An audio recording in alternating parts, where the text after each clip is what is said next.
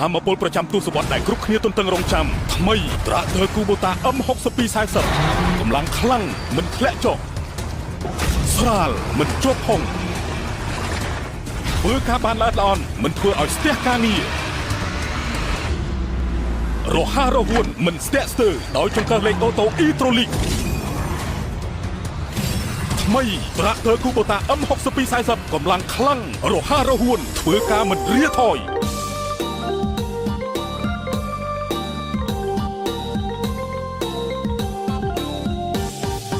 អើយកំភេមក្រមុំសំសួនតបតែងខ្លួនលើមេឃព្រឹក្សាអើយកំភេមក្រមុំ